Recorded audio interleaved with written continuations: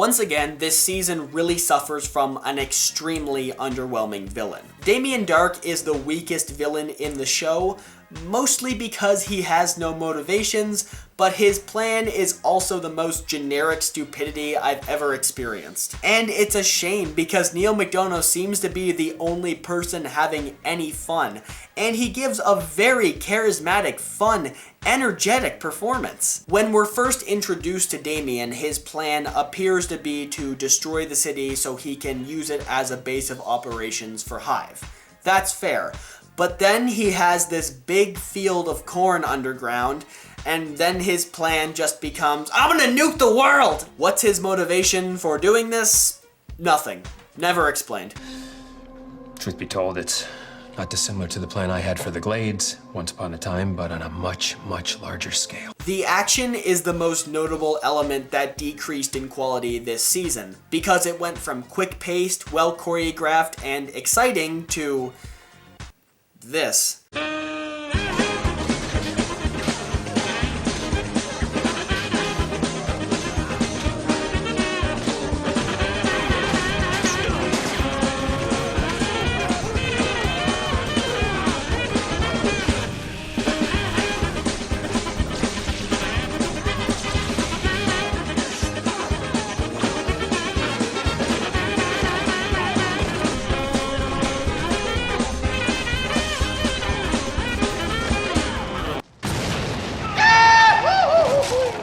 That looked terrible, right? Now imagine 23 episodes of that.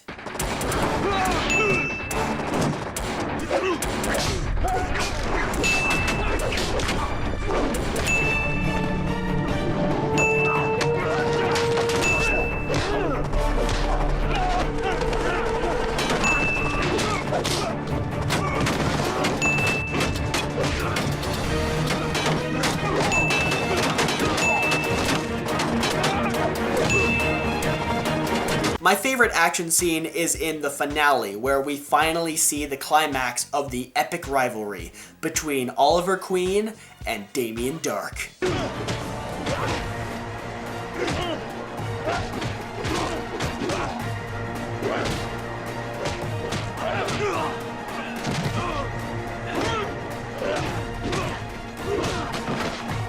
These guys were both trained by Ra's al Ghul.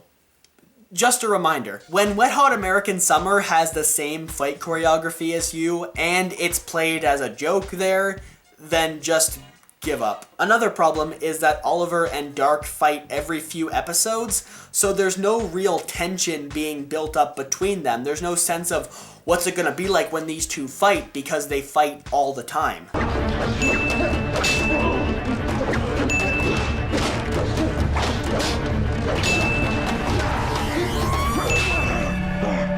Thematically, I think the story of this season was about Oliver trying to come into the light after being in the dark for so long, but that didn't really happen. And if it did, it was in the most stupidly obvious way, because Oliver's method of countering Dark's magic literally comes from the power of love and hope. Who's writing this?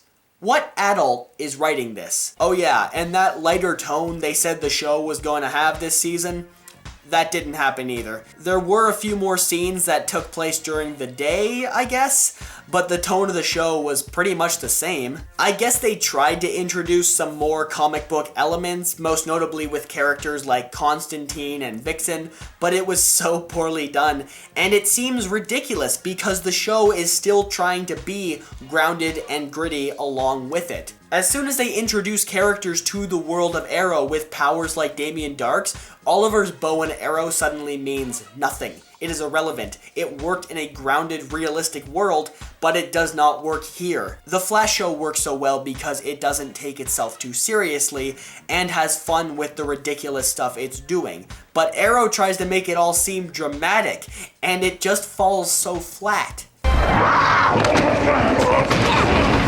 Where's the boy? And the first 8 episodes of the season were devoted to setting up characters for Legends of Tomorrow, a problem which also plagued the beginning of The Flash Season 2, because stories that could have been given more time to develop had to be replaced with all of this setup. So yeah, this season just kind of meandered along with no plot developments or changes, and the characters all stayed the same. Even if they had some arcs to deal with, they were resolved in a way that left the character unchanged. I mean, nothing important really happened. Oh yeah, right. That's the treatment that Laurel gets this season. You know, the Black Canary, that character who's just totally unimportant to the Green Arrow. I know I said before that I didn't really like Laurel, but she had become a bit more likable this season, and this was the point where I realized that the writers legitimately didn't care. As soon as Laurel had found a good place as a character, as soon as she was secure, and actually had a unique part to play as sort of the moral center of the team, they kill her off as unceremoniously as possible. Compare this to the death of Moira Queen in Season 2. This entire scene is great. The acting is great. The music is great. The tension is rising slowly as the scene goes on, and you really don't know who's going to end up dying. And then Moira Queen, this manipulative, borderline villain of a character, sacrifices herself for her children, and the death makes sense to the story because most of the season, for her at least, had been about her redemption. Laurel, a main character since episode 1, gets this. She's gonna be fine. How many daughters is this guy gonna lose over the course of this series? He really needs to smoke some speed weed. I'm honestly surprised that Captain Lance's heart condition hasn't killed him like 16 times already. Laurel's death is much like Sarah's, where it was just a part of a mystery that was going on throughout the season, but had no weight beyond that. From the beginning of Season 4, there was this flash forward happening in some episodes where there was a grave, and we didn't know who was in the grave. I mean, the writers didn't even know who was in the grave. Wow, just like Breaking Bad. These shows are on the same level in every way. That method really worked in Breaking Bad, but maybe these writers should have planned something out, because Laurel's death did not feel like it was right for the story.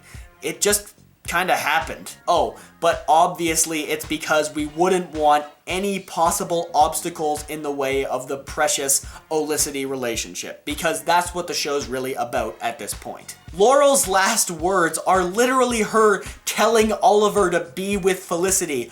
Are you kidding me? I'm really glad that you found Felicity. And I hope you find your way back to her. The writers even show a fundamental misunderstanding of characters that they created. A huge part of Diggle's character was how his brother's death affected him, and when this season began, they started to give some more details and clues because Andy's death had previously been connected to Hive, Damien Dark's organization, and I thought we might actually get an answer to why he died and figure out this whole mystery. Turns out he was alive the whole time.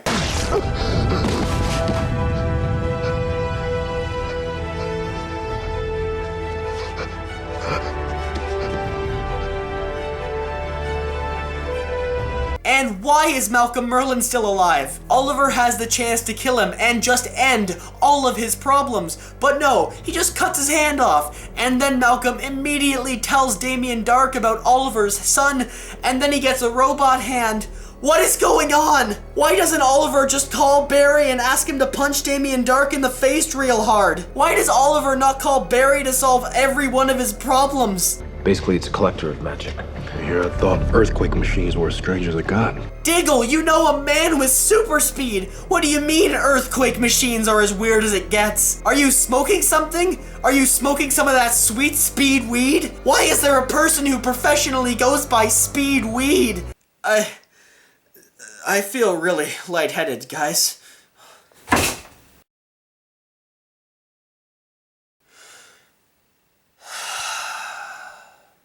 In the end, Arrow is a show that really let me down, and let down most of its fan base too. You don't need to look far to find examples of how much hatred is directed towards the show now, and the most annoying thing about it is that the people who run the show think it's the minority of fans. Arrow didn't start off as a cheesy, stupid, typical CW romance show with some action in there, but that's certainly what it is now. You know, if they didn't show such contempt for their source material and for their audience, maybe people would still like the show. You thought I was leaving too? Not a chance. That is how season 4 ends, with Felicity straight up saying, "No, I'm not going anywhere. You thought I was? Nope." I don't think I've ever seen a more intentional middle finger towards an audience in my life. So with that being the last thing we've seen from Arrow, what do we have to look forward to at this point? Well, basically nothing. I mean, all of the interesting characters just left at the end of the episode, and while I'm sure they'll be back in season 5, what plot do they have? What can they do at this point? The real question is, can Arrow come back? Can it be restored to its former glory? Well, I wrote a little song about its chances. Low. I can't remain optimistic anymore. So far, the showrunners have been promising a return to the old days of Arrow for season 5, but I don't believe in them anymore. I don't believe that they can make an entertaining season of television. Possibly not even an entertaining episode. I mean, what are we really supposed to be getting excited by? A cameo by Cody Rhodes? To be fair, if he is playing his character from the WWE, Stardust, but like as a villain with superpowers or something, I will watch that episode and that episode only. They're introducing the character of Artemis as well, but I really don't have any faith in them to adapt a comic book character in any interesting way. If we want that, we'll have to watch The Flash or Legends of Tomorrow or now Supergirl, at least for this universe. When I watch those shows, I feel the love for the source material. I feel drawn into the world. I feel like I'm really watching comics come to life. Whenever characters from Arrow show up on The Flash, the writing for them is so much better. They're so much more charismatic, funny, and entertaining, and the actors have these huge smiles on their faces the whole time because the Flash writers know how to use their characters well. There's lots of entertaining comic book based entertainment on TV right now, so don't stick with Arrow anymore. It's just not worth it. Right now, all Arrow is doing is pandering to the squealing teenage fangirl market that the showrunners seem to think makes up the majority of the fans, but even those screaming fangirls are getting tired of it. It took all of season 3, but I finally took off my rose-colored glasses from when the show was really good, and I now recognize that it's complete garbage, and I hope that others can do the same. Oh, excuse me. I should say green filtered glasses in honor of Oliver's new suit. Yeah, I bet you didn't notice that. They actually put a green filter over Oliver's suit in all of his scenes in it to make it seem brighter. Instead of, you know, just making another costume that's brighter. You and Donna. Don't worry, she's safe, but I had to come back and stay on my city because this Oliver Queen guy gives a hell of a speech. You two were supposed to stay as backup.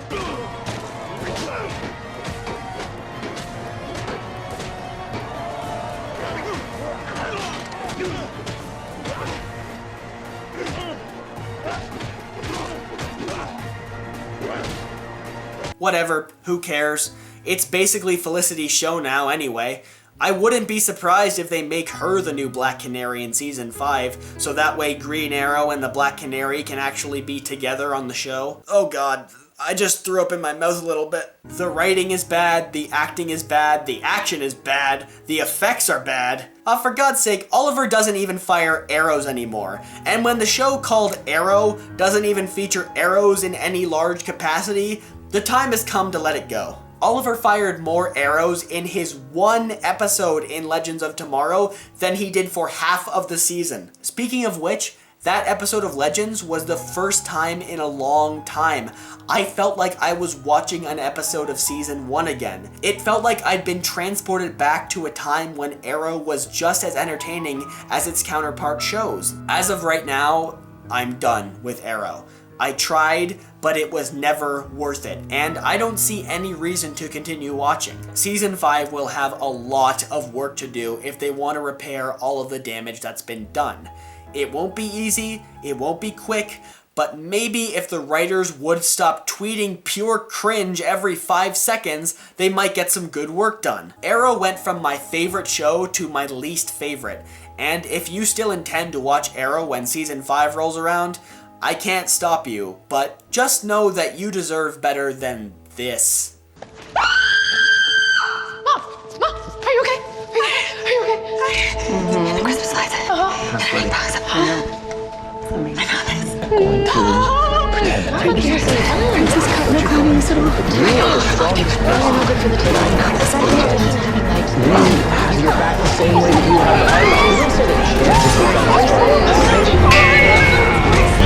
That bridge uncle. Deja vu all over again. How about I kick your ass like a woman instead?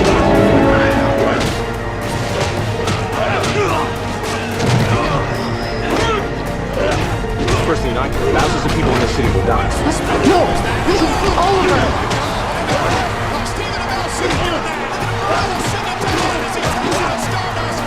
My eyes are bleeding!